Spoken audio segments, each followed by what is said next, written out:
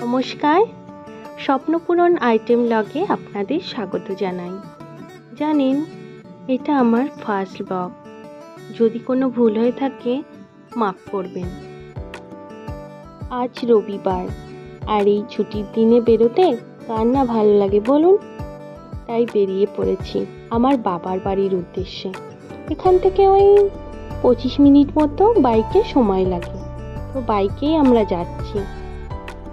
তাই ভাবলাম ক্যামেরার মাধ্যমে আপনাদের সামনে একটু তুলে ধরি। আজ ওয়েদারটা খুব সুন্দর।